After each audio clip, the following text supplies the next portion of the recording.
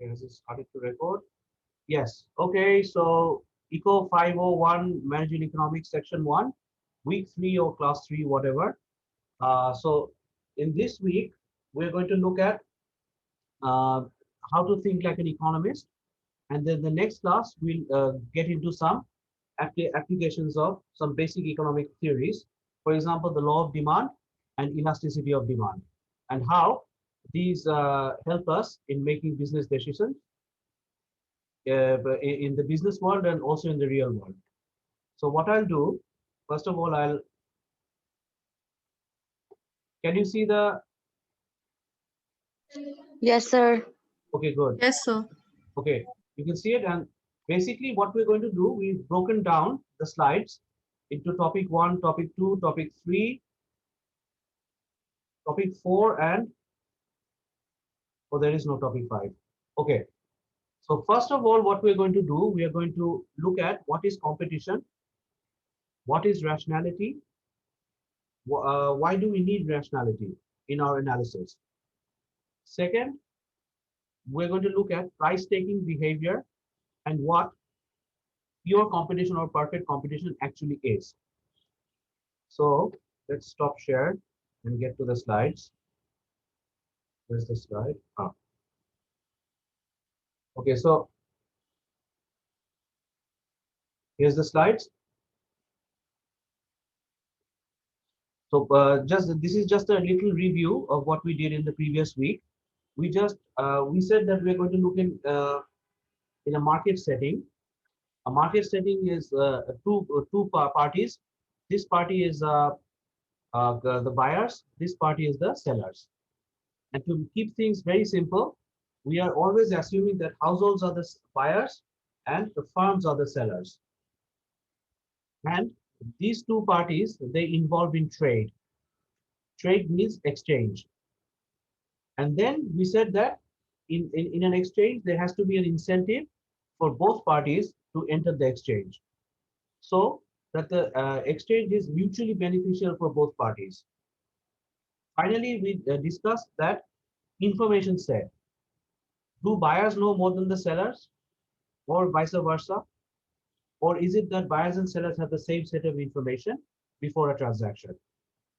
First of all, we'll start off with the simple assumption that buyers and sellers both have the same set of information.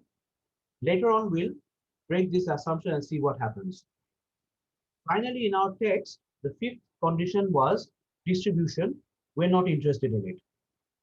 And what we said that the market analysis is good tool to analyze transactions because large-scale cooperation is possible without any central coordination. That means there's no intervention from, for example, your department, your university, or the state, or the government, whatever.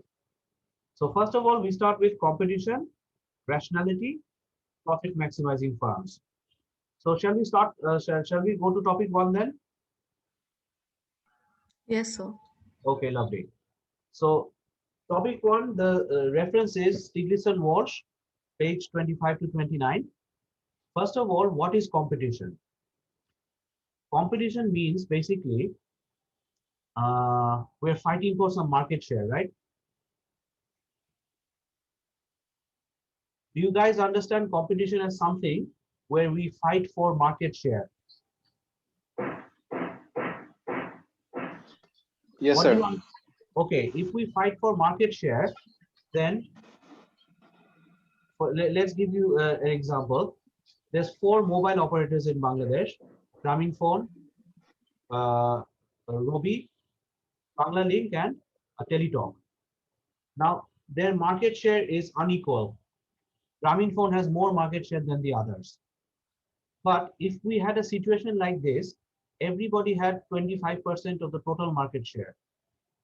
That means 25% of the total transactions that are happening. Then won't we say this is a highly competitive market?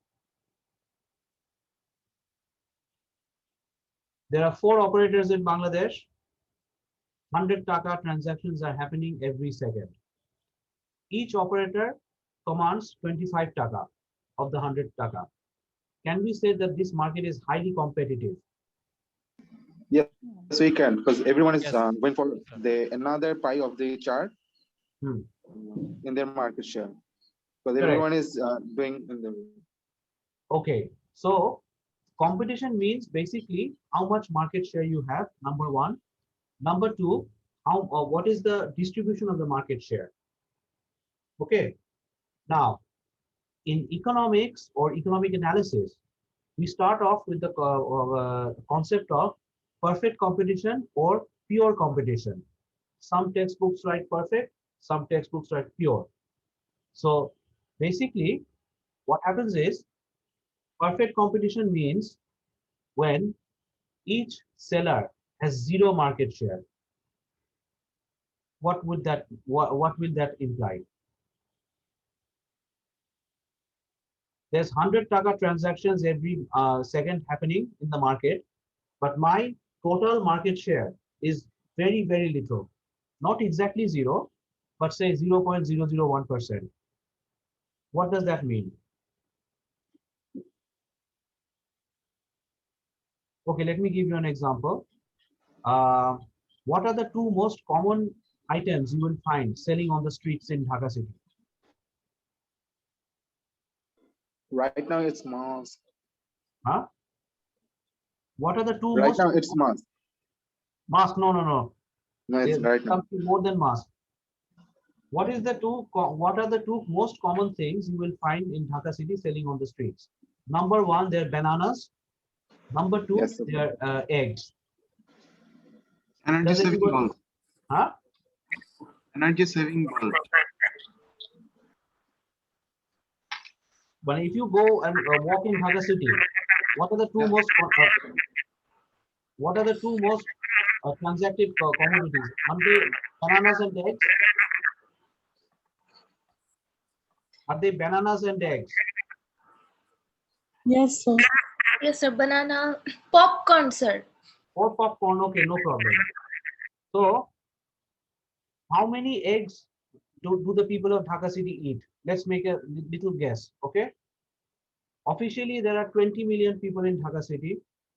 If half of them has one egg every day, then the total market of the eggs in Dhaka city is 10 million eggs per day. There's nothing wrong in it. If 20 million people live in this city, we can easily expect that 10 million eggs are sold every day. Can we? Yes, sir. Yes, we can, sir. Okay, now the market for eggs is a very large market in Dhaka city, but each seller has very little market share in the total sales that happens every day, right?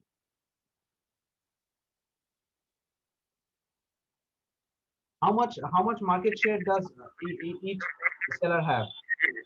Very much near 0%. এই একজনের mobile মানে microphone on আছে। What is the market share of each egg seller or banana seller in Bangladesh, Dhaka city? Is it near to 0%? Yes, sir. Yes, sir. Okay, this is defined as perfect competition.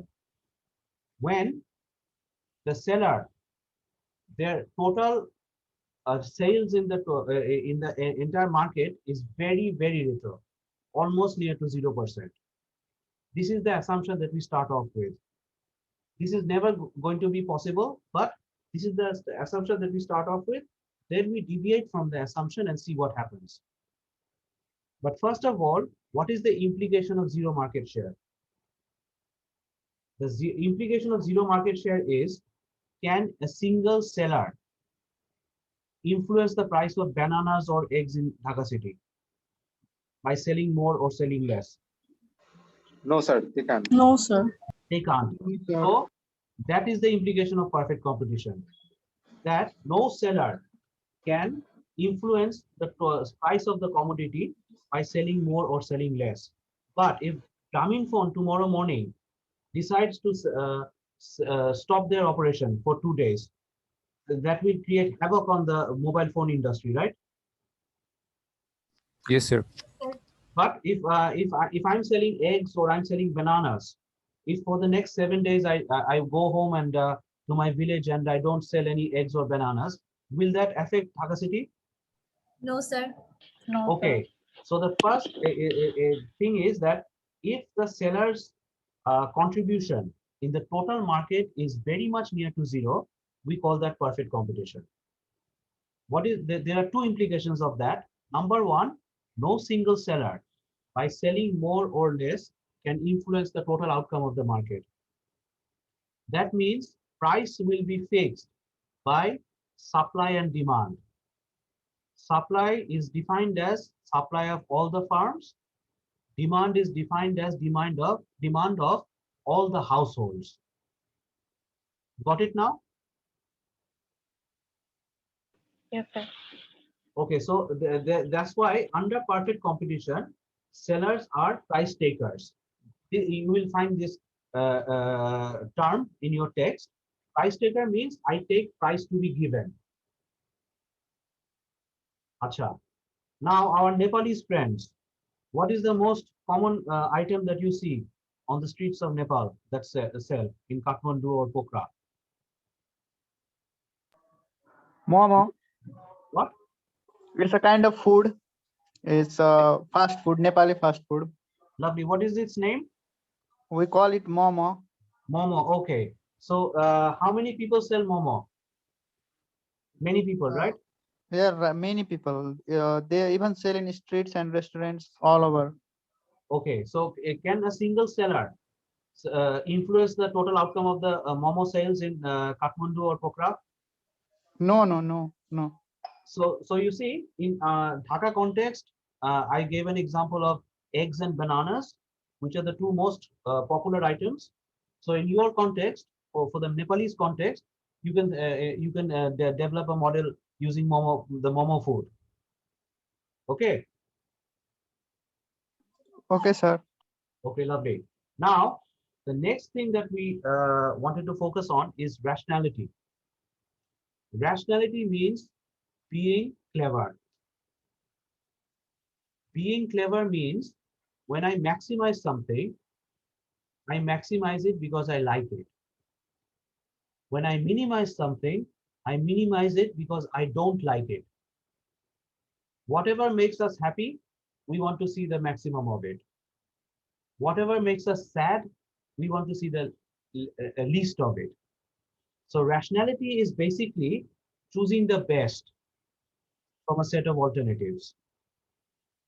When we say we are choosing the best, that means before the choice was made, there were other options available to us. If this is the best, then there was better, there was good, there was bad, there was worse, there was worst.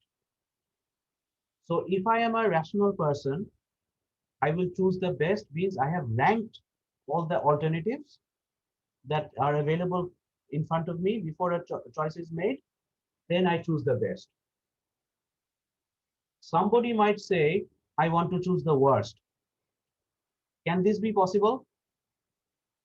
No, sir. Okay, suppose I want to minimize my Nobody. costs. Won't I choose the worst cost?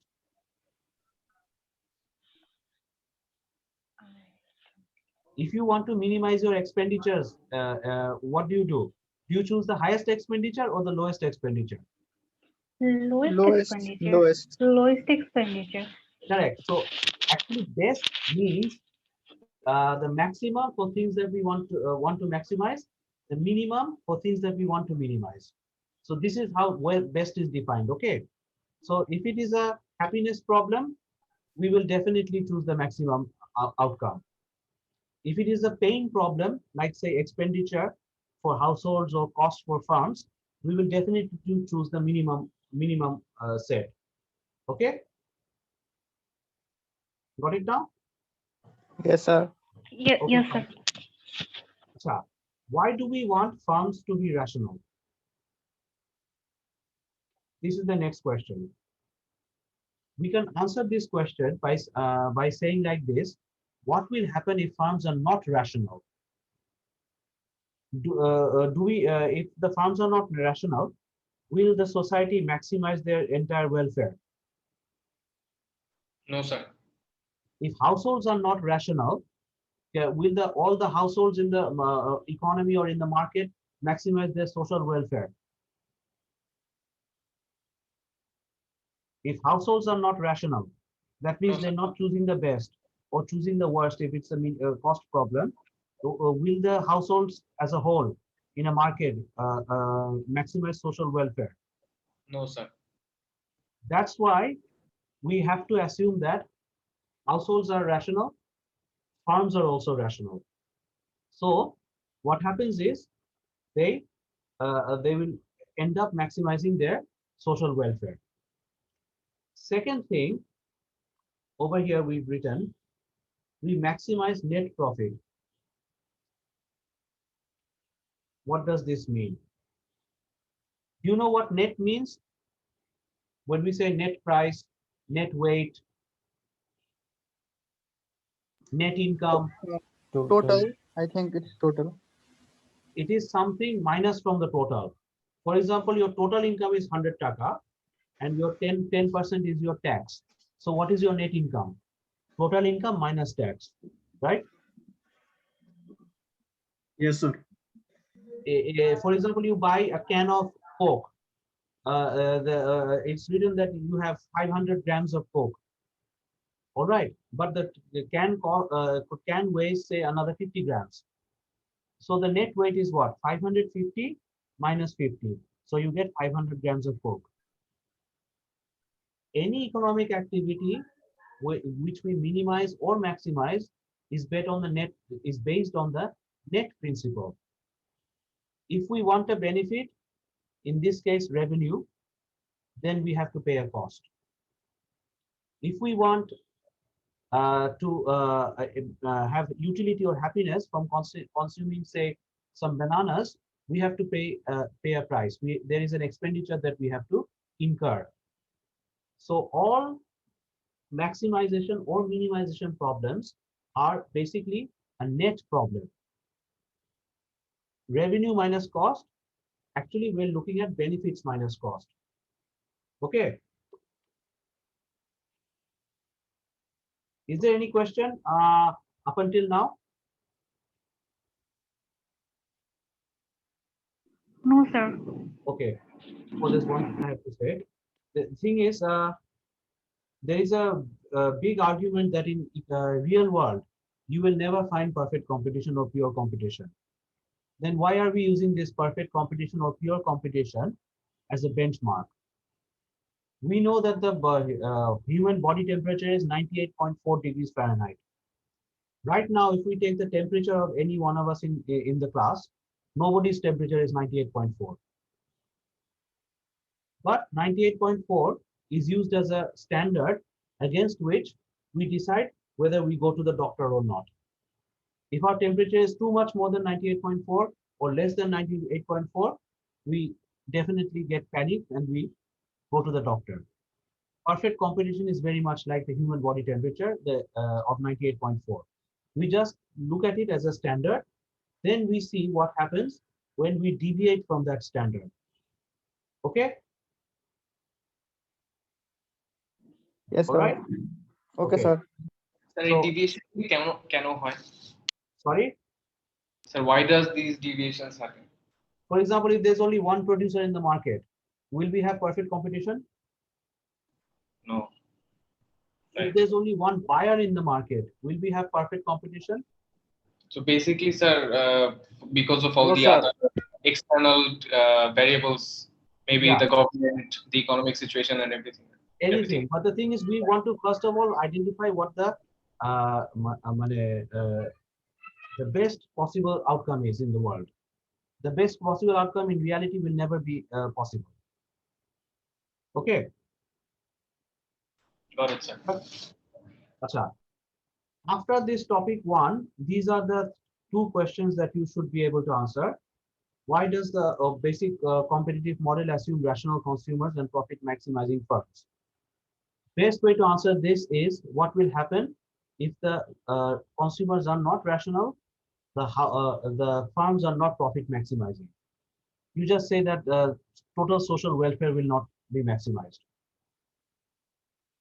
Why will that happen? You think Then the next question that you should be able to answer by now is that why are firms and buyers price takers? Because no single seller, no single buyer can influence the total market outcome. Why can't they? Because any single seller or any single buyer is very, very small compared to the total market, total number of buyers in the entire market. Acha. Now we go to topic 2, incentives and information. We started a little bit. We started this a little bit last week. Today, in this week, we will add two more indicators. In week 2, the previous week, we said that prices are a signal to buyers and sellers. So if prices go up, buyers and sellers respond in one way. Prices go down, buyers and sellers also respond in another way. So their incentives change because they find themselves in a new environment. Again, we're using the word environment because the environment that we find ourselves in is based on what decisions we will take. The other two indicators after prices are profits for firms and property rights for buyers and sellers both.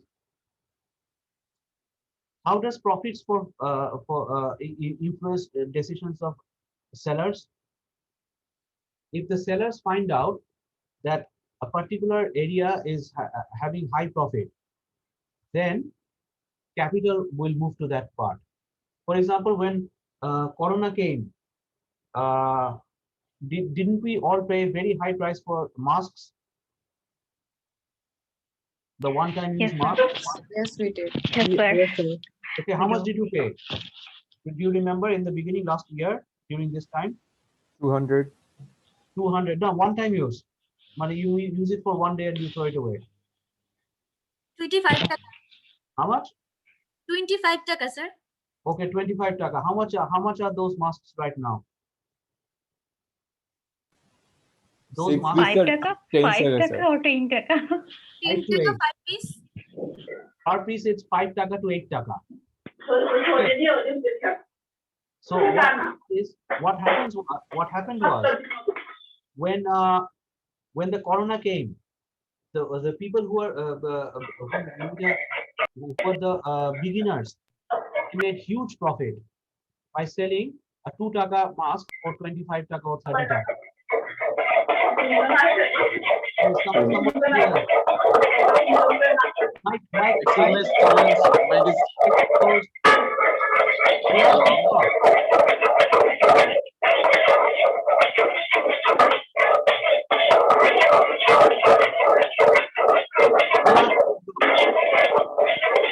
Riyad bhaiya. Hello, Riyad bhaiya. Can you please put off your microphone? Yeah, Rudra. Okay, now it's okay. Okay, so in the beginning of last year, when the corona came, I bought one mask for 250 or 300 taka. That same mask right now is selling for 35 or 40 taka. Why was this possible? If, those who are making high profit, they sent a signal to everybody else that this sector is highly profitable. And making a mask was not that difficult for Bangladesh. Bangladesh is a garments producing industry country. Instead of producing shirts, many garments in the garments people, they started producing masks. Those who are producing sando genjis, instead of using producing sando genjis, they started producing masks with the same fabric. So what happened? Slowly, the profit started to squeeze, and then the price of the mask started to fall. But the reason why I'm saying this is when profit in a particular sector is very high and it is easy to enter that sector, what signal does that send? Lots of firms will shift their capital and start producing more masks. Got it now?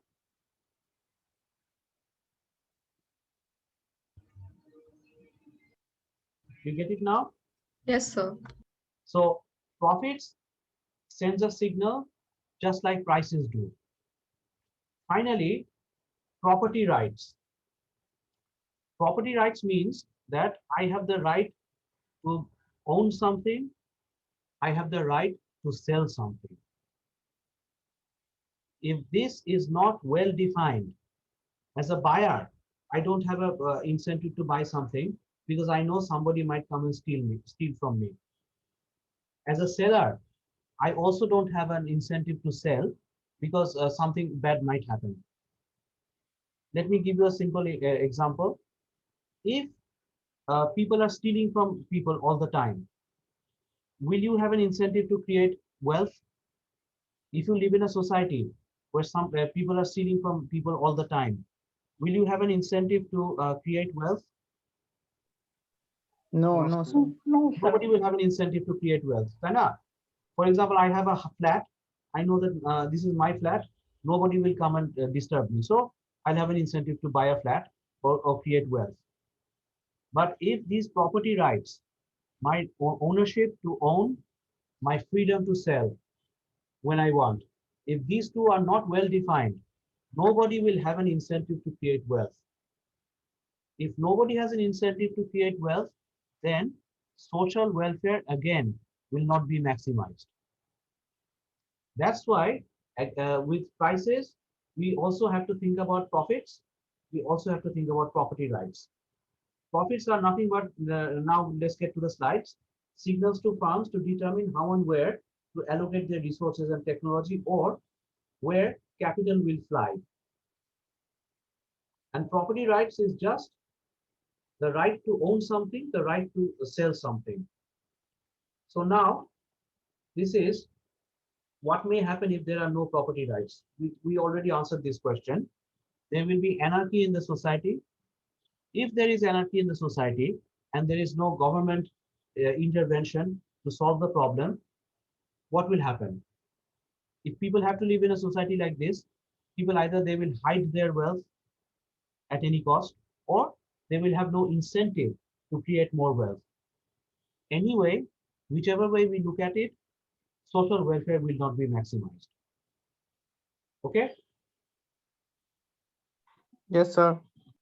Okay, before we get to the, this is the last topic. This is not related to our course, but we should know it very well.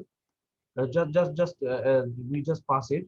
That is, there are say 50 people in this course.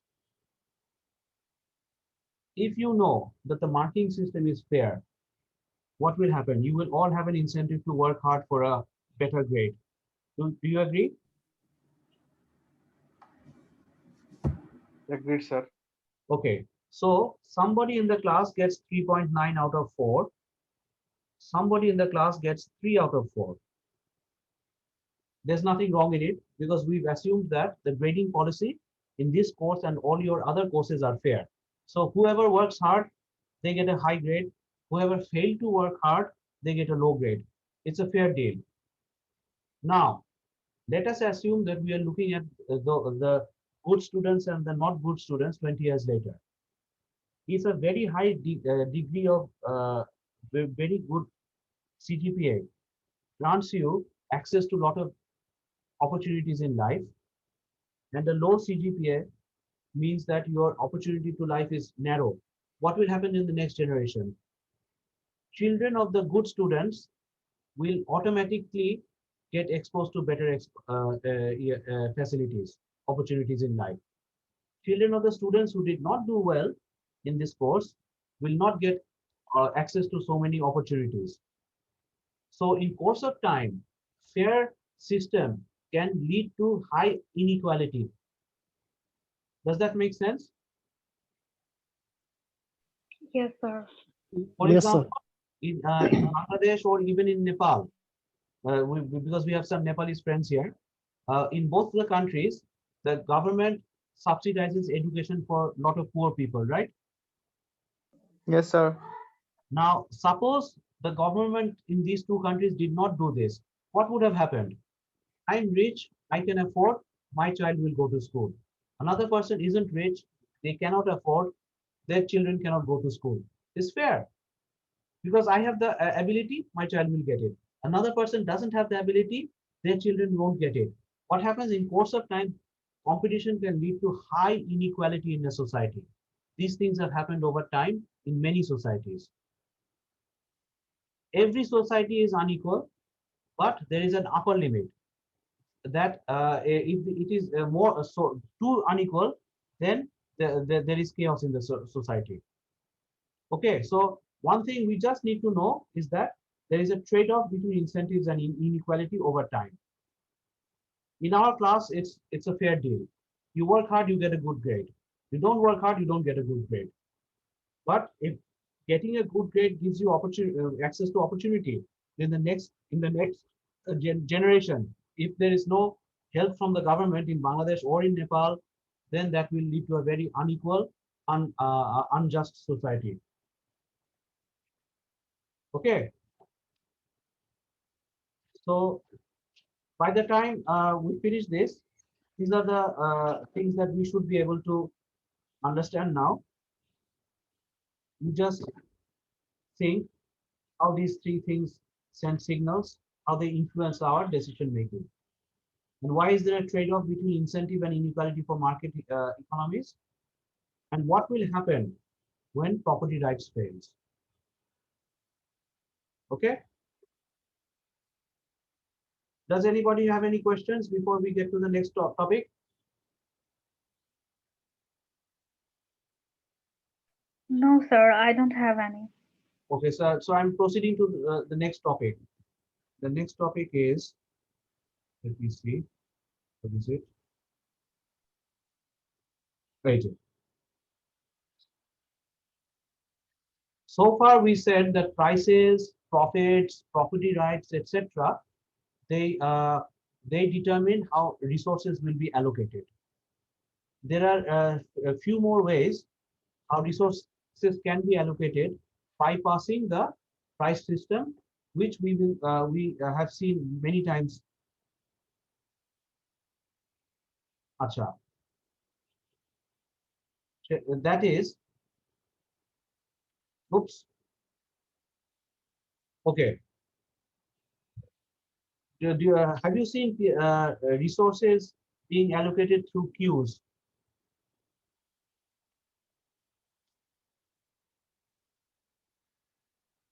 Have you seen resources being allocated through lines, waiting in a line? Can you repeat the question, sir? Okay. Have you seen a service being given where people have to wait in a line, in a queue? Yes, Yes, sir. Yes, sir. sir. A lot of Yes, sir. like Yes. in Give me an government example. offices, Can you give me an example? like So in in government offices. Government Bank, of sir. bank. bank, Bank, hospital, bank in what way? In bank, what way? Okay, let me utilities bill, utilities bill. okay. Let me give you a good example. That is, if you go to the airport and you check in, if you're economy class, you wait for a long time.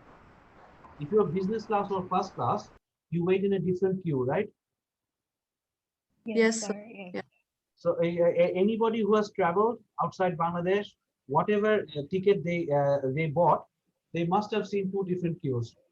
There was one queue for economy class people who paid a low price for their ticket, so they get low service. There was another queue, uh, what do you call it? The business class or first class people. They paid a high price, so their queue was less traffic in their queue. So what happens is we are bypassing the price system, but we are separating people according to their demands. Do you get the logic? The same plane is going to take you from Dhaka to say Kathmandu, but one group is in the economy class, the one group is in the business class. So the people in the business class, they paid a higher price because they are very busy people, so they might want to come to the airport at just 15 minutes before checkout. Those in the economy class, they don't have that much demand to come so early and so late. So what they do, they pay a lower class, so lower price. So what happens? Isn't the service being given bypassing the price system? And isn't the service being given or based on who demands the good the most? Yes, sir. Yes, sir. Okay, let me give you another example. The latest Samsung phone will be launching, say, next month, or the latest iPhone will be launching next month. Then what do these companies do? Don't both these companies go for pre-order before the launching? Before Yes, the sir. It launching will of go. the latest, They started this facility. yeah, now before the launching of the latest PS, say Sony's PlayStation, or what do you call it, Samsung's latest flagship phone, or Apple's latest iPhone, before they launch it, 1 month or 2 months before, they go for pre-order, right? Yes, sir. So who is going to go for the pre-order? The people who want Yes, sir. It, the good the most, they enter that queue. Those who can wait 6 months, 6 weeks, they enter the next queue. They pay a lower price. You get the logic? If you want your good right now, then you have to show that you are interested in buying the good. So the sellers, what they do, they want to separate the customers. Can they identify customers who want the good the most, who want the good not that much most? So those who want the good most, they will definitely go for the pre-order or try to get the good on the day it launches. If you are willing to wait, say, 6 weeks for the PlayStation, for the iPhone, or the latest flagship Samsung, then you can buy it at a, say, 10,000 taka less 6 weeks later. But there are definitely some people in the market who are not willing to wait that long, right? Yes, sir. So, but what about the people who want to buy it? Like their demand rate is high, but they don't have money to If you don't buy have money, for then you the. don't enter the queue. If you have money, okay, then and your demand is very high, you will definitely want to catch the first queue, which is pre-order, correct? But Yes, you sir. also know that this phone 6 months later or 2 months later will be selling at a lower price. Some people will buy at a lower price, and there will always be some people who will buy at a high price. So the high price people will buy in the initial queue. The people who want to pay a lower price, they buy in the next queue, just like economy class and business class for air tickets. Is that clear now? Yes, sir. Yes, sir. Okay. Lotteries. Let me give you an example of a lottery. Uh, you all know about Purachal, right? Yes, sir. Purvachal. Yes, sir. Okay, how many plots are there in Purvachal? Let's assume there are 3,000 plots. 3,000 plots where 3,000 people can make 3,000 houses. But when Purvachal plot started, uh, how many people paid money to buy the land? Wasn't it more than 3,000?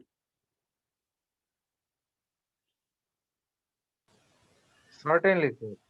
Certainly more than 3,000, right? We don't know the exact figure, but it was definitely more than the number of plots available, right? Yes, sir. So this is called lottery. What happened was lottery, once we hear the word lottery, we automatically go to autopilot and think that only one good will be transacted, not necessarily. In the context of Purvachal, say there are 3,000 plots, but when Purvachal started the project, they said that, okay, who wants to buy? Everybody, maybe 30,000 people gave money, knowing that they may not win the lottery. So what is happening? We are bypassing the price system and we are allocating resources. So a lottery does not necessarily mean that only one good will be transacted. Quite a few goods will be can be transacted, but the number of buyers will be much more, where some buyers will not be able to get what they want. Let me give you another example. For example, there's a big pond in a village. It's a government pond. So what does the government do? The government decides to lease it out. to somebody who will fish it for the next 5 years? Does the government sell it to one person, or lots of people come to buy, and then the government ultimately sells it to one person? Lots of people come to buy it, isn't it? Yes, sir. But only one person gets the contract. So that is also rationing by lotteries.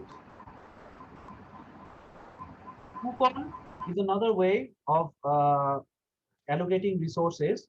That is, suppose if you have a coupon in Brack University, you are I think you are entitled to certain number of free copies every semester, right? In the printing in the computer lab. Are you entitled to a free number of printing copies in the computer lab every semester? Yes, sir. Say 200 copies, 300 copies, whatever, right? Yes, sir. Now, if I'm a part-time teacher in your university, I am not entitled to that coupon. If I want to print, either I get it for free or I have to pay each page. So why is this coupon, why is Bragg giving this coupon? Or why does the government give this coupon?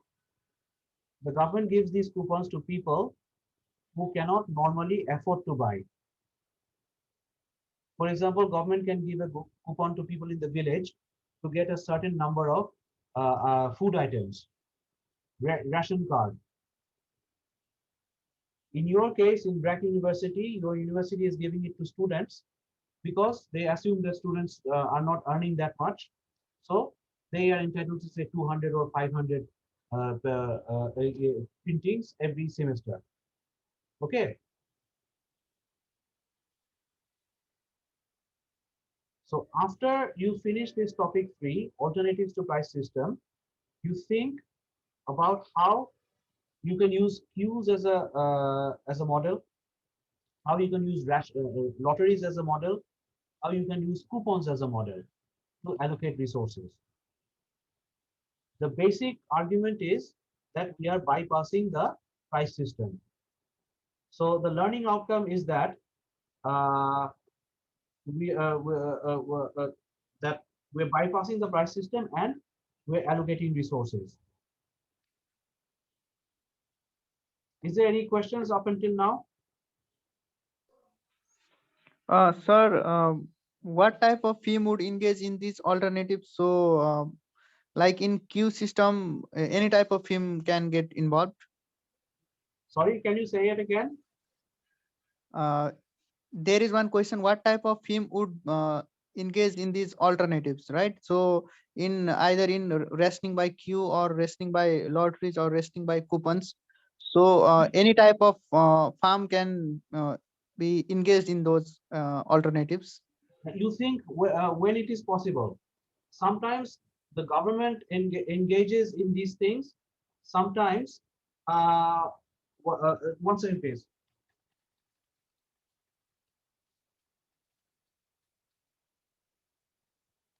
Yeah, I was telling about trying to explain that sometimes private firms also involved in these activities, and sometimes government firms also involved in Yes, these yes, activities. that's exactly the point.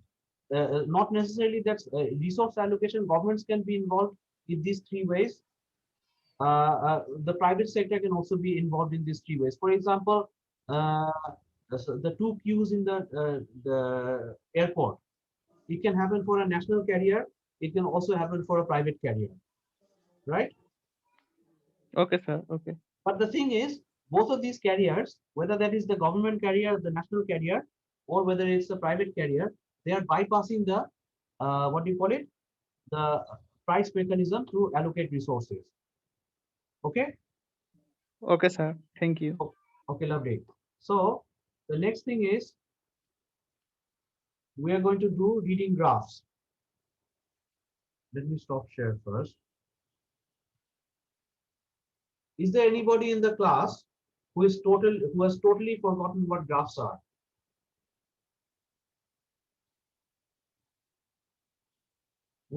Everybody in this class, no matter what our background is, we have studied graphs in class 8 or class 9 or class 7. So my question is there anybody in the class who has totally forgotten what graphs are?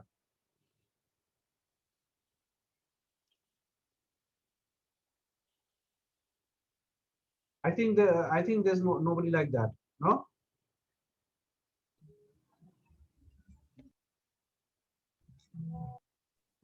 Sir, hello, sir. Assalamu alaikum.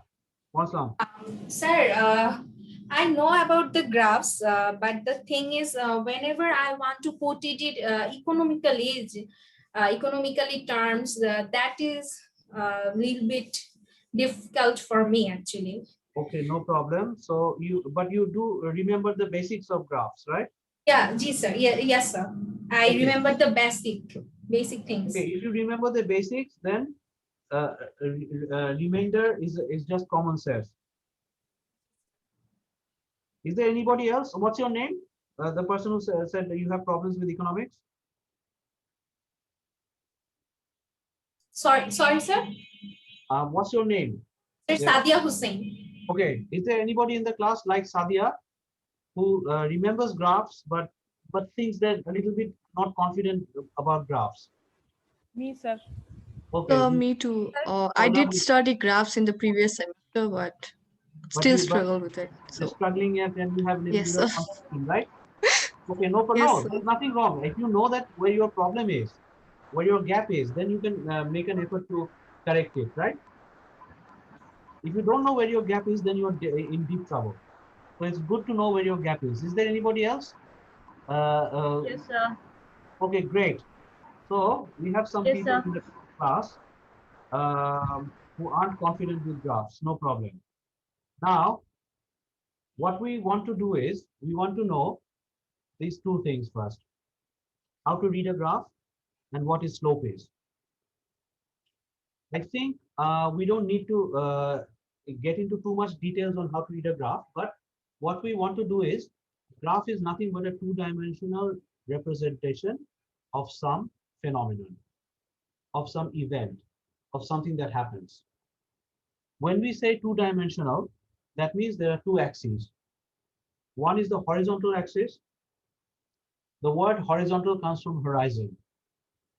And When we what's the look at the vertical axis? horizon, how do we look at the horizon? From left to right or right to left? When you look at a horizon, say a setting sun, Left to right. left to right, or our friends in Nepal, they're looking at the sunrise in Annapurna range. Okay, how do you look at the sunrise? From left to right or from right to left? We see from down to up, I think.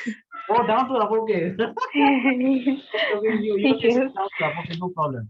So in Bangladesh, when we see a sunset or a sunrise, we look at the horizon from left to right, because human beings are programmed to see a horizontal movement positive from left to right. If somebody is walking from right to left, we automatically, we calculate it as a negative movement. Similarly, the other axis is the vertical axis. The word vertical comes from the word vertex. Vertex means the top point. So our friends in Nepal, when they see the rising sun, they see it from bottom to up. It's positive. When they see the setting sun, they see it from up to bottom. It's negative movement, right? Yes, sir. So Yes, sir. in Nepal, if you're looking at the sunrise and the Annapurna range, then it's from bottom to up. It's a positive movement because biologically we are programmed to see any movement from bottom to up as positive and the reverse from up to bottom as negative. So these are the two graphs axes that we have. Second thing that we want to know is, what do we understand as a slope?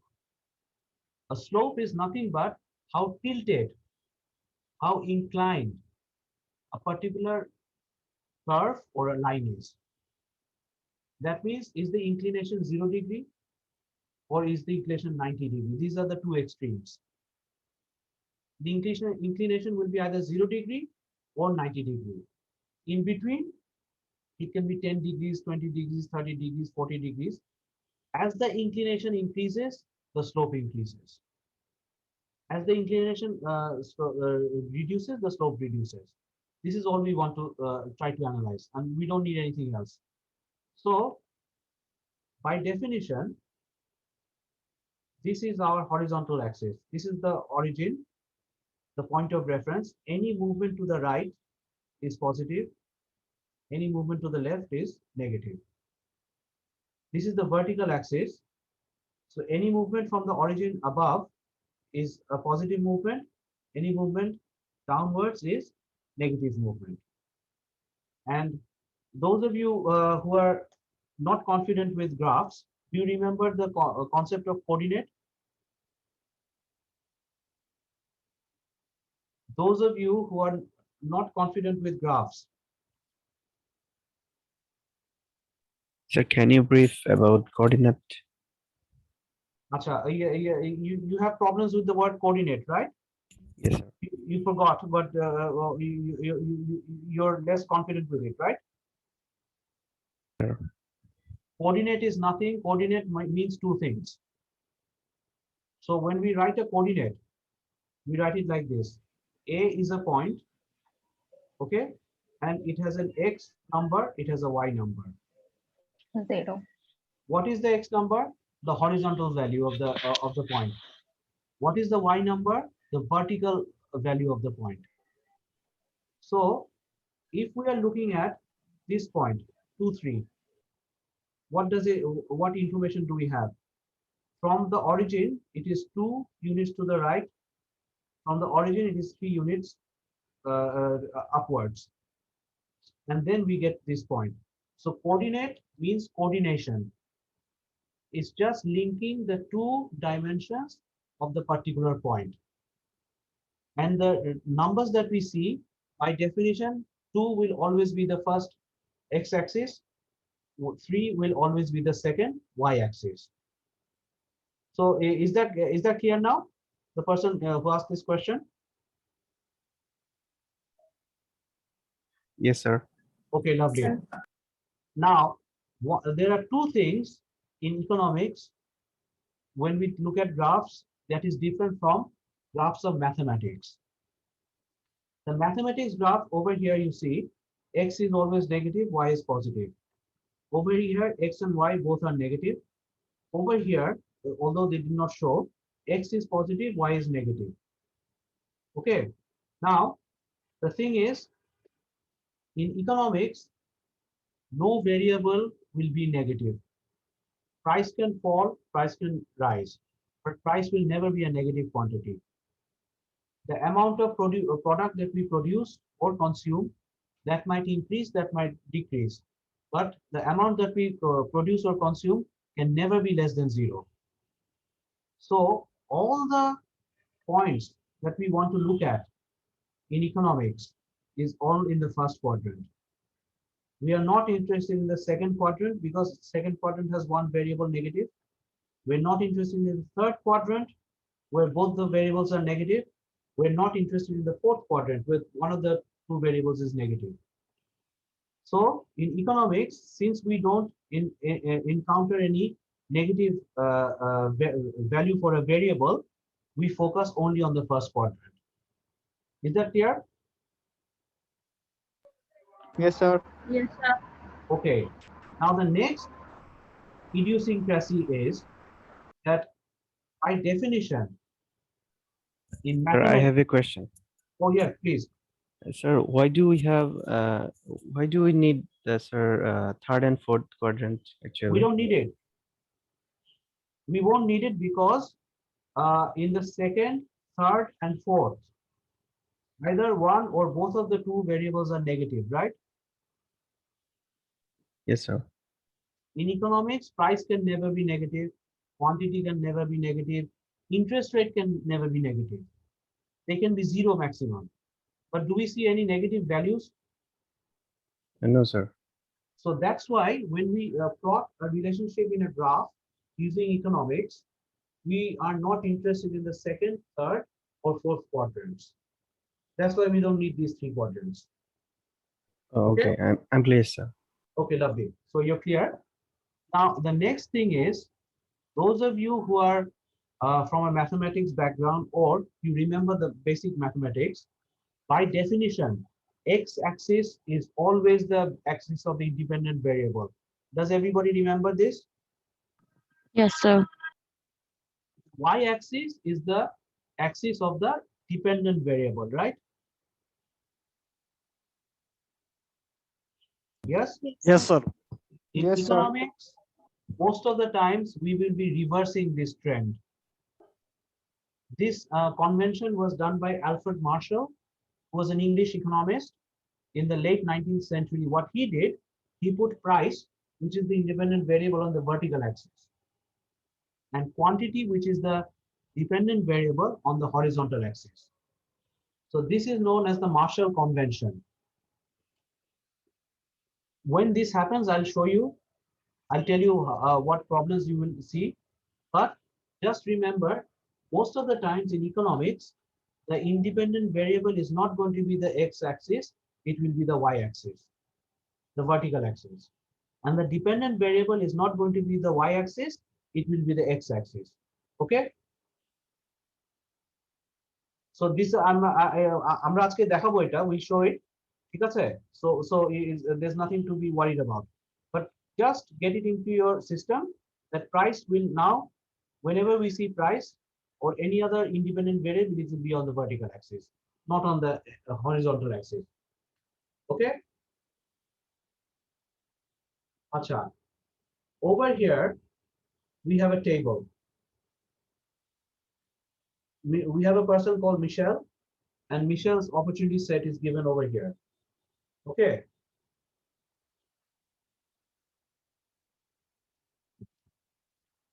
So DVDs can be shown on the x-axis, CDs can also be shown on the x-axis. There is no independent dependent variable relationship here. All we want to show is that the budget of the person, Michelle, is fixed at $120. The price of the DVDs and the CDs are 2:1. That means if Michelle sacrifices one DVD, he gets 2 extra CDs. If Michelle sacrifices another one DVD, he can buy 2 more CDs. If Michelle sacrifices another one DVD, she can get 2 more CDs. The relationship, the ratio of DVDs between CDs being 2:1 has a very important implication. This implication is the slope. এটা বুঝতে কারো অসুবিধা হচ্ছে কিনা? Does anybody have any problem regarding this? The relationship between the number of DVDs and the number of CDs is 2:1. If I buy one less DVD, I can buy 2 more CDs. Or if I buy 2 less CDs, I can buy 1 DVD. Does anybody have any problem regarding this?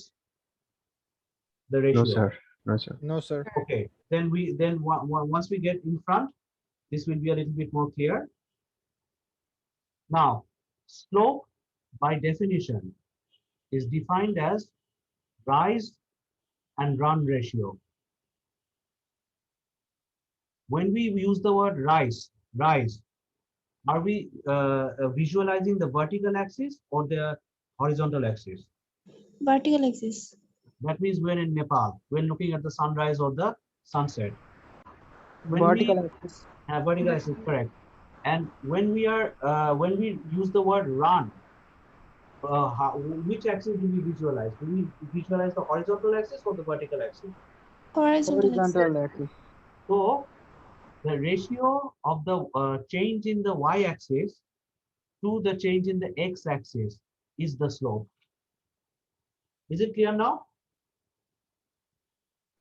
Yes, sir. Rise by definition, even if we don't know any mathematics, even if we are afraid of mathematics, by rise we automatically program ourselves that this is definitely something to do with the y-axis. By the word run, even if we don't know mathematics or we are afraid of mathematics, by the word run, we automatically identify this as a movement of on the horizontal axis. So the ratio of rise, change in the vertical axis, to the ratio of run, change in the x-axis, is the slope. Now, in this particular figure, 2.15 on page number 47, we are looking at the slope from A to E. That means we are moving from point A to point E. When we are at point A, the initial value of x is 2, last value of x is 3. So the change is the last value minus the initial value. As we move from A to E, in y, the initial y is 8, next y is 6. So what is the difference? Last observed value to the initial observed value. So it's 6 minus 8. So the ratio is -2. Does somebody have any problem understanding what -2 ratio means for a slope? Does anybody have any problem understanding what -2 means as the ratio for a slope? No, sir. Everybody? Sir, I don't know. Okay, very good. Who said I don't know? What's your name? Jasmine. Huh? Jasmine. Jasmine. Okay. Is there anybody in the class other than Jasmine who doesn't understand what -2 means for a slope, or +2 means for a slope? Or a little bit confident or forgot? Yeah, you haven't done it for a long time. Yeah, another person. Yes. What's your name? Other than Fatima Jasmine? Tassim. What's your name? Fatima Tassim. Fatima Tassim. Acha. Anybody else? Sir, I Oh, forgot. oh, we have another person. What's your name? Sir, it's Naima Rahman. Simon Raman. Okay. So there's 3 people who have admitted they don't understand what -2 means for a slope. Some of them, there are definitely more people in the class who are shy to admit it. No problem. Let's see what -2 means. Let me do one thing. Let me stop it and let me go for a whiteboard. Can you see the whiteboard? Yes, sir. Yes, sir. Yes, sir. Okay, slope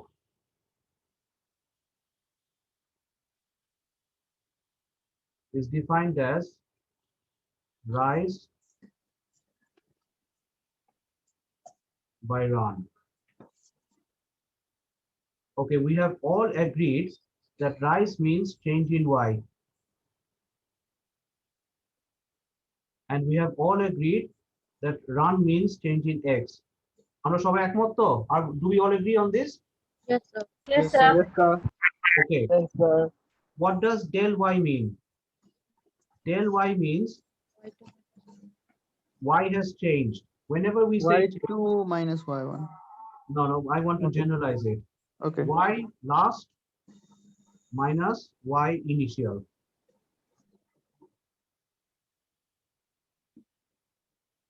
Okay. X is also like that. X last, the last x that we observed, minus the initial x that we started off with. Acha. Now, what values can this ratio have? There are 3 possible values. No, 4 actually. Either the value is positive, the ratio, or the ratio is negative, right? যে তিনজন বলছো যে you are not confident about plus and minus, do we agree that the ratio can either be positive Yes, or sir. negative? এর বাইরে তো আর কিছু হবে না, তাই না? Yes, sir. Somebody may Yes, say sir. 0 and infinity, but ratios can never be, can always be either positive or negative, right? Yes, sir. Yes, Acha. sir. If it is positive, what does it mean? If it is positive, then it means as x increases, y increases. দেখো তো, if this is positive and this is positive, aren't they moving in the same direction? Those of you who are not confident. Yes, sir. The other logical possibility is if it is negative, then as x is increasing, y must be decreasing. This is what negative means. The positive and the negative sign is basically how the two variables are moving together. If the ratio is positive, x and y are moving in the same direction. If x is increasing, y is increasing. If x is decreasing, y is decreasing. This is the positive ratio.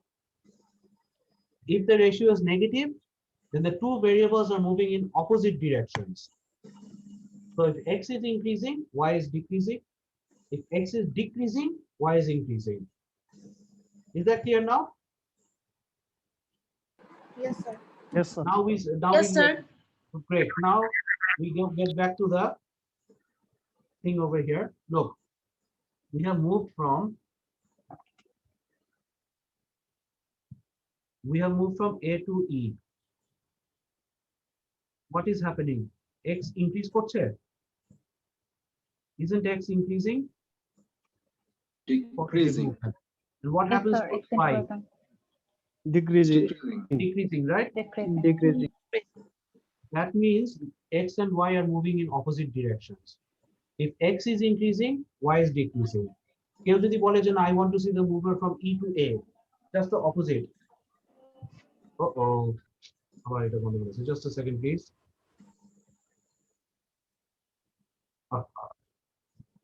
We have to go do it again. 1 second, please. Temporary.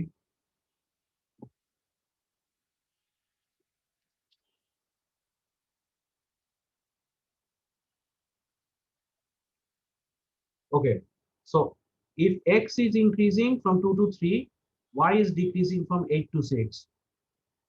They're moving in opposite directions if we observe from A to E. If somebody says, no, I want to observe from E to A, no problem. X is decreasing from 3 to 2, but y is increasing from 6 to 8. So when we see that the ratio is negative for a slope, the line is decreasing.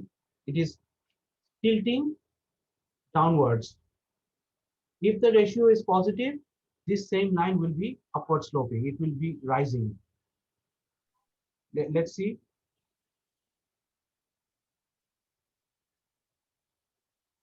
This is the line that we saw a little while ago.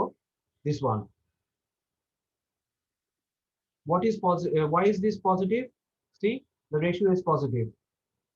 Because if x is increasing, y is increasing as we move from this point to this point.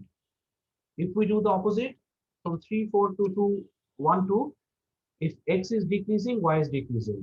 Is it clear now? Yes, sir. Okay. Yes, sir. Okay, great. Now, these two are extreme cases, and these two we need to visualize first. Said, when we say that the slope is 0, it is 0 to the reference axis.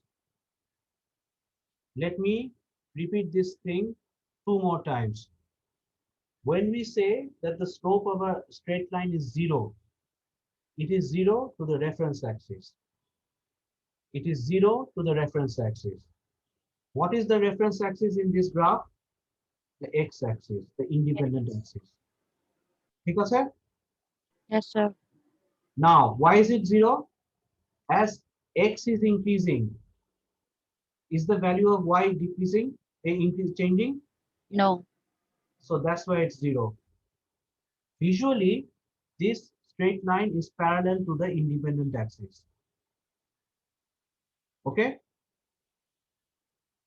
When the slope is independent, then, when the slope is undefined or infinite, then what happens is this straight line is vertical to the reference axis. It is vertical to the reference axis. What is the reference axis? The reference axis is the independent axis, x. Okay? Yes, sir. আচ্ছা এখন আমি জিনিসটা আবার বলি. Let's go back to the what do you call it? The whiteboard. Print of it.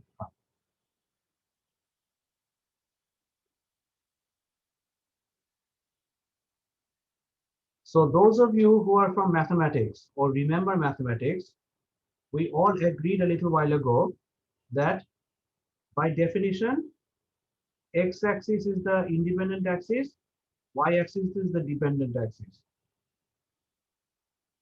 So if this is our line AB, what is it to the x-axis? What is the degree to the x-axis? It's parallel to the independent axis, right? Yes, sir. So slope is 0. Slope is 0. 0. Now, we said that sometimes in economics, the y-axis will be the independent axis. And the x-axis will be the dependent axis. So that same AB is now what? 90 degrees to the reference axis. Is it now 90 degrees to the reference axis, the independent? Yes, sir. Yes, sir. So in the economics, if you see a graph, a straight line parallel to x-axis, its slope is infinity. It's not 0. Why? It is 90 degrees to the independent axis. But in mathematics, always x-axis is independent. So if we have a straight line like this, it is 0 degrees to the x-axis. Clear about? Yes, sir. Great. Then half of our problems have been solved. Let's get that. So this line, if we say that y is the independent axis, then we have a 90 degree axis, 90 degree over here, right? So won't its slope be infinity? Yes, sir. Yes, sir. Similarly, in mathematics, the slope over here is 90 degree. But if we say that y-axis is the independent axis, slope ta tokhon 0 degree hoye jabe na? Won't the slope become 0 degree? Yes, sir. Yes, sir. Great. Then this is just since we said that we have a Marshall's convention where the y-axis is defined as the independent axis. That's why we have positive slope, 0 slope we understood, negative slope, undefined slope we also understood. We also understood that when x is the independent axis, then 0 degree is 0 degree. When y is the independent axis, that 0 degree becomes infinite. Conversely, when x is the independent axis, this is 90 degrees, but when y is the independent axis, this becomes 0 degree. Okay? Yes, sir. Great. আরেকটা জিনিস আমাদের যেটা জানতে হবে সেটা হচ্ছে how do we read graphs for curved lines? Straight line slope is the same at all points. Why? Let's get back here. No matter how many DVDs I sacrifice, for each DVD I get 2 more CDs. This ratio is always constant. My budget is fixed. 120. The price of a CD is 10. The price of a DVD is 20. So if I sacrifice 1 DVD, I will always get 2 more CDs. That's why the slope is, the ratio of this rise and run is always the same. But if we are looking at a curved line like this, then inclination at E and A are different from each other.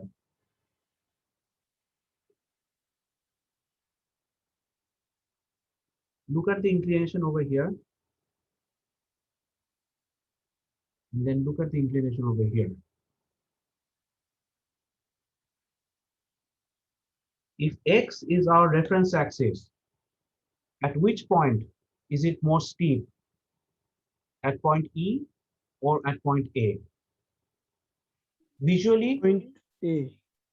if X is our reference axis, where is the slope steeper? At A or at E?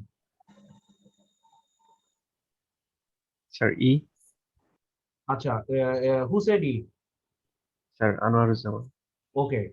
Do you think that it's more steep at E or more steep at A? I think it's more steep at A. Sir, A. Exactly. A, sir. Let me give you the example. At point E, the ratio is -1. At point A, at point A, the ratio is -2. So which slope is higher? If X is the reference axis at A. A. So the steeper a slope, the more its value.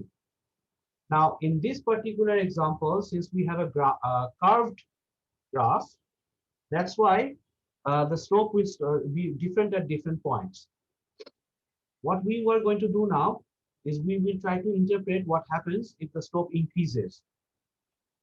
What does it mean by slope increasing?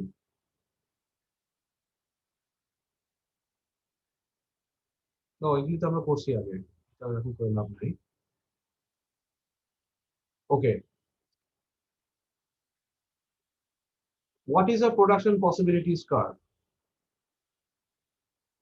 If somebody asks you to write a sentence using these 3 words, what can you write? A curve that shows what is possible to produce. Does that make sense if we use only these 3 words? Yes, sir. So we have a curve or a boundary. Oh, now it's Azan. Can I stop for 2 minutes? Sure, Yes, sir. sir. Because Azan, even if we talk, we won't be. I'm coming back after 2 minutes. Okay. Okay, sir. Okay, sir.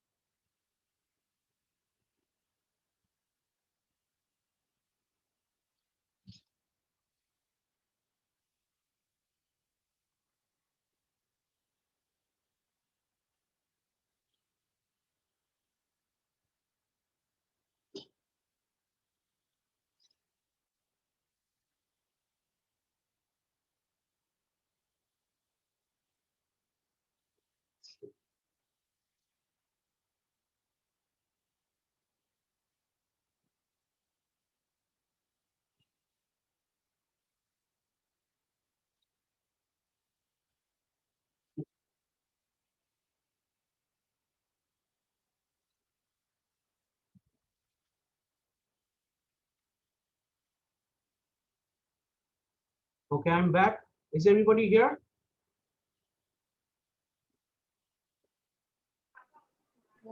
I'm Yes, back. sir. Yes, sir. Okay. Yes, sir. Can we start again? আমরা আবার শুরু করছি না? We're starting again. Okay, we ended with the argument that the production possibilities curve is nothing but a curve. That means it's not a straight line. That shows what is possible to produce. We have a very simple model. On one axis, we have butter, which are civilian goods. On another axis, we have guns, which are military goods. This example is very popular or famous in economics. It was introduced by Mr. Paul Samuelson during the Cold War. So then there was a big debate in America and Russia that do we produce more military goods in order to save ourselves, or do we produce more civilian goods? So that's why butter was the civilian goods, guns was the military goods. Now, what is the environment that we find ourselves in? We in any given time for any economic activity, technology is fixed, right? Does technology change overnight, or it's fixed for some time?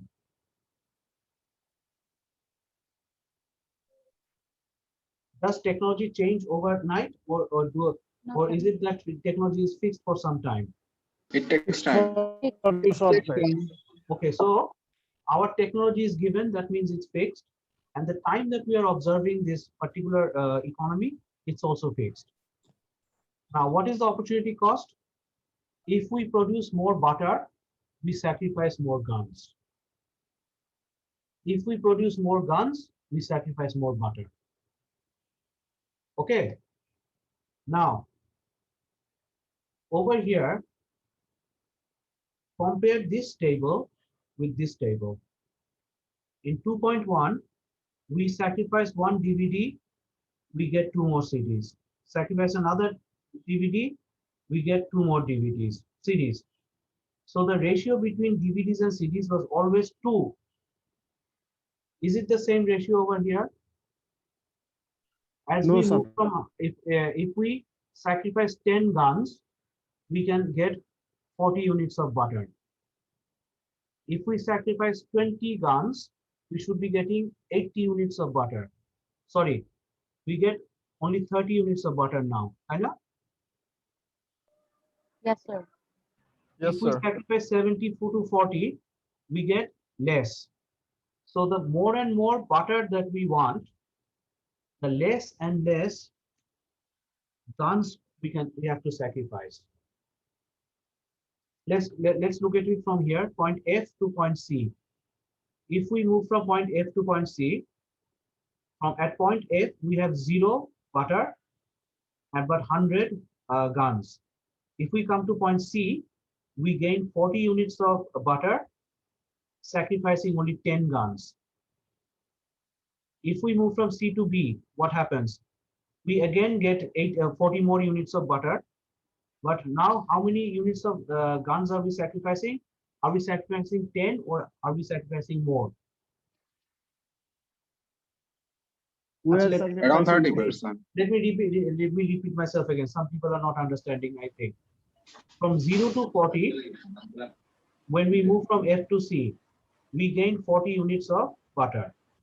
When we move from C to B, we again gain 40 units of butter. Okay? But when we move from F to C, as we get the first 40 units of butter, we sacrifice only 10 units of guns. For the second 40 units of butter, from 40 to 80, we are sacrificing 90 to So 40 to 70. 20%. the 40 Around to 80. 20%. How much are we sacrificing? From 90 to 70, we are sacrificing 30 20%. units. 20%. 30 units. Oh, sorry, 20 units, sorry. Yeah, you're correct. So for the first 40 units of butter, we are But sir, sacrificing. second 30 units, right? Now, for the first 40 units, we are sacrificing 10 units of 10 guns. units of, yeah. For the second 40 units, how much are Sir, we? second 30 units, But second 40 30 to units. 70. Yes. Now, my argument is, why is this happening? Mathematically, this is happening because it's a curve.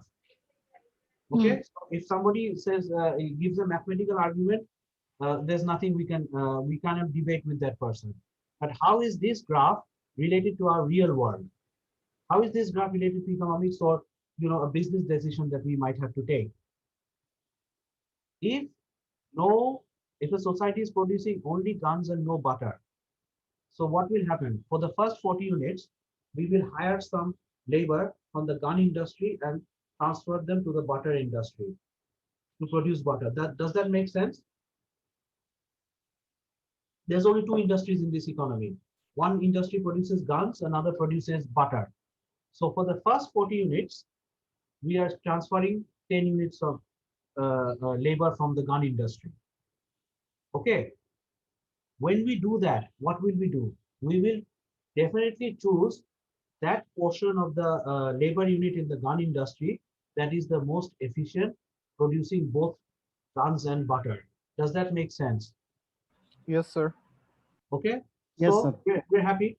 We've chosen the most efficient 10 units of labor from the gun industry who have the skill to produce both guns and butter, and we move from point F to point C. After some time, the economy realizes, no, we need more butter. There's no fighting or wars going on. We don't need to produce more guns. So we want to move from point C to point B, i.e. another 40 units. Now, the next lot of labor force that we will be transferring from the guns to the butter unit, will that be as efficient as the previous one? No, sir. Maybe not, Maybe sir. Oh, not. maybe no. Maybe not. The possibility Yeah. is low. Right now. Mm. So if we want to produce the same amount of butter, 40 more units, we cannot do it with 10 units now. We have to do it with more than 10 units. Because in the first decision, we have chosen the best efficient labor and produce the first 40 units. For the second 40 units, we get the same output with if we bring only 10. No. That's why any economic activity, when we carry on doing it and doing it again with fixed technology, with fixed capacity of a production unit, fixed time constraint, etc., the more we do it, the less productive we become unit-wise. Does that make sense?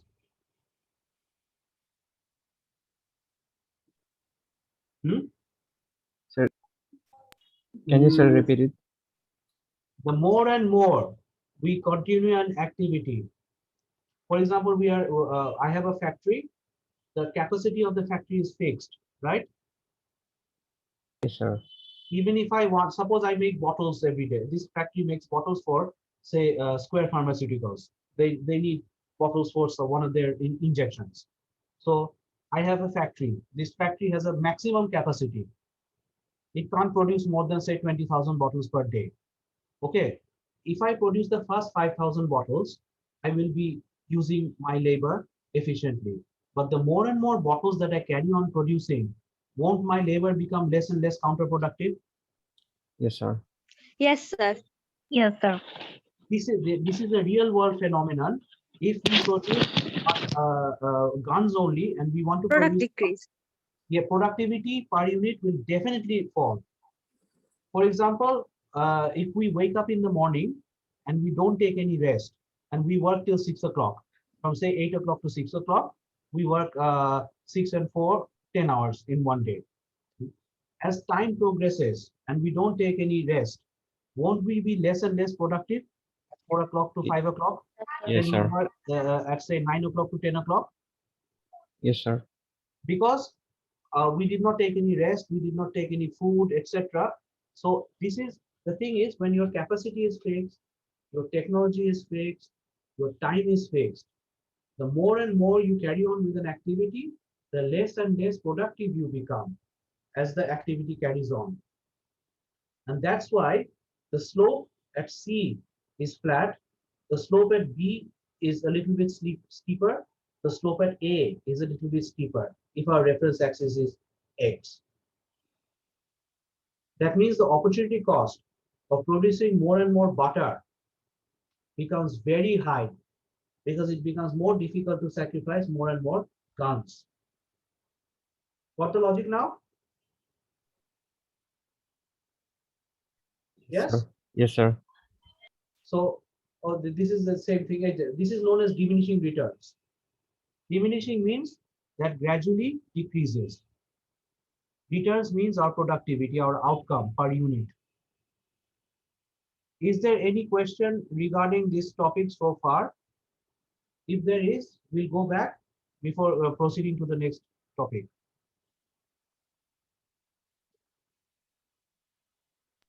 Sir, please go. So can I move on? You can go to the diminishing Okay, returns. okay. Now this thing we have discussed yesterday, last week. I don't think we need to discuss it now. I don't know why I wrote it. The thing is, opportunity cost is the next best alternative. What is the opportunity cost here? If this is the ranking, D. D, correct. That's the next best alternative sacrificed in order to get B, which is Brack University, according to our previous example. Acha. What is the opportunity cost over here? C. C, C. correct. Correct. And another thing that we said that after a decision has been made, whatever alternatives we had in front of us no longer exist. Why? Because we find ourselves in a new environment. Again, the word environment. Since the other alternatives don't no longer exist, we say that this is a sunk cost. What is the logic behind this? Whatever decisions we took in the past will not Cannot change influence us it. now. No, will not influence us now. Okay, Yes. let me give you a practical example. 2 days ago, my driver just called and said he's not working with us anymore. Okay, 2 days or 3 days ago. So I said, okay, no problem, you leave. Yeah, but, it's a free world. Then yesterday, or was it today, my wife was scolding me that, you gave this, gave the driver this loan and you didn't take the loan back. He wanted to buy something for his wife. So because his wife has come to Dhaka, this and that. Then I told my wife, look, I took those decisions based on the information I had in the past. Based on the information I had in the past, that was the right decision to do. The past is gone, hasn't it? Okay. Yes. But if my driver, after what he said, that he just called me without any notice, he wants to leave. Okay. Now I definitely won't be acting like that. I won't give him a loan. I wouldn't buy a sewing machine for his wife. Will I do that? No, sir. I won't do that. But my wife is not an economic animal. So what happens? She still thinks we are living in the past.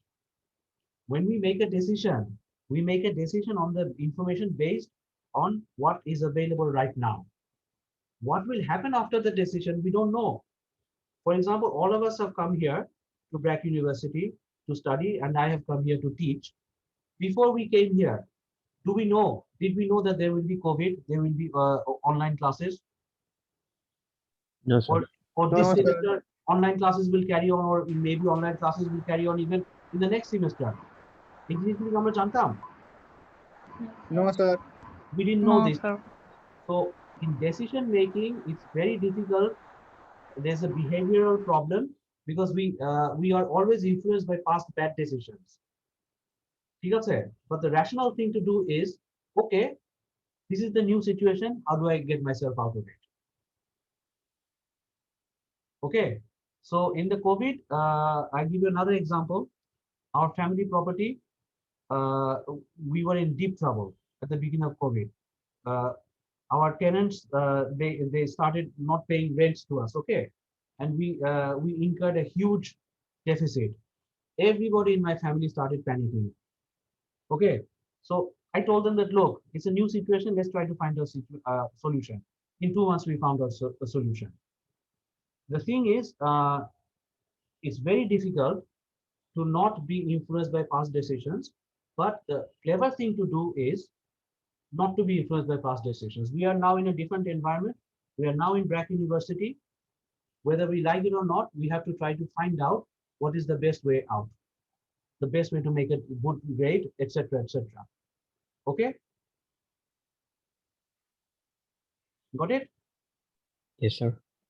And final thing that we want to do for today is marginal decisions. Margin means what? At the end, right? Yes, sir. Acha, margin Yes, means sir. at the Last end, unit, cost of production. last unit. Now, when we make a decision over time, do we go from first unit to the last unit in one shot, or we go gradually? Gradually. We always do. For example, we are producing. We come to that example that I have a bottle making factory, and I produce bottles for Square Pharmaceuticals for some of their injections. So what am I doing? I'm not producing 50,000 bottles in one shot. I'll be producing in units, 10,000, 20,000, 30,000, 40,000, 50,000. Similarly, if it takes, say, 6 semesters to finish an MBA at BRAC, are you going to finish all these 6 semesters in one shot, or you're going to go unit-wise? First semester, second semester, third semester, fourth semester, etc. Everybody will be going unit-wise, right? Yes, sir. Yes, sir. So as we go from one unit to another unit, again, we come back to the question of net. If I want a good grade in this semester, whether that is my first semester or second semester, I have to incur an additional cost. I have to work hard, I have to sacrifice some other activities and focus on this particular activity. This is called marginal cost. Marginal cost means what is my additional cost in this particular activity. If I do go for this particular activity, I may have an additional benefit. So I have a benefit over here, additional benefit. This is my additional cost. If my additional benefit is heavier than my additional cost, can you see my two hands? Can you Yes, see sir. my two hands? Okay, Yes, okay. it's visible.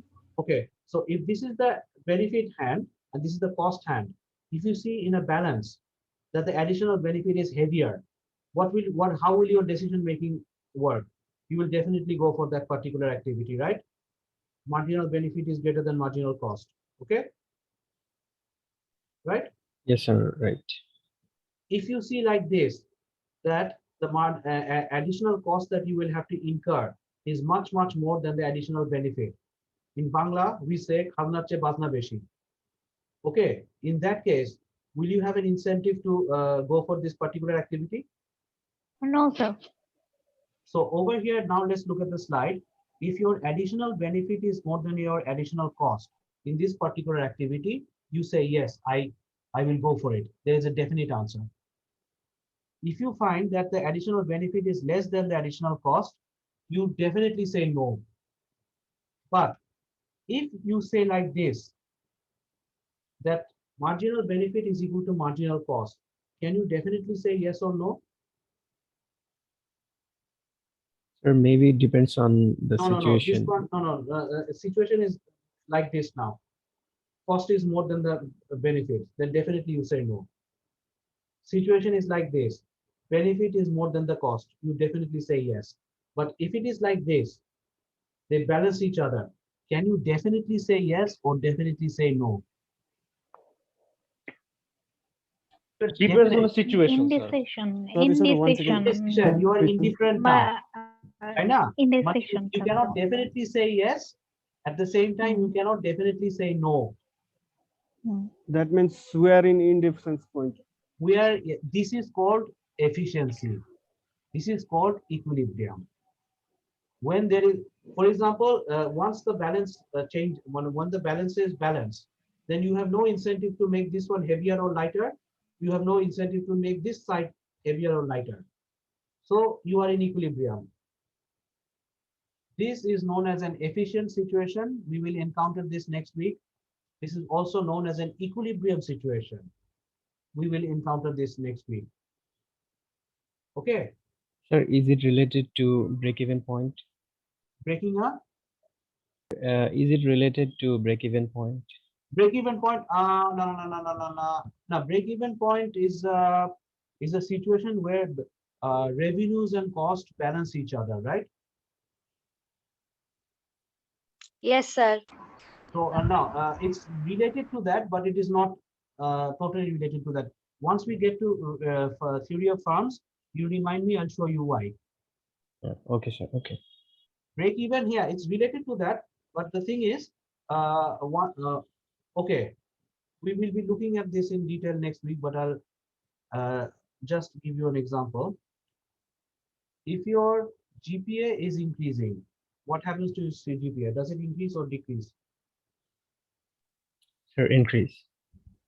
Okay, that's it. Just remember this. Next week we'll be able more clear. Okay, the learning outcome is this is the question that you want to be able to solve. What is an opportunity set? What does it show? What are the constraints? Constraints over here in decision making was number one, technology was fixed for the firm or income was fixed for the household. Number two, prices were fixed. Number three, the time was given. This is the environment under which the decision maker finds themselves in. If the prices fall, isn't that beneficial for the household? Yes, sir. So the opportunity set moves out. If the prices increase, that is counter beneficial for the household. So what happens? The opportunity set moves in. Can you visualize it?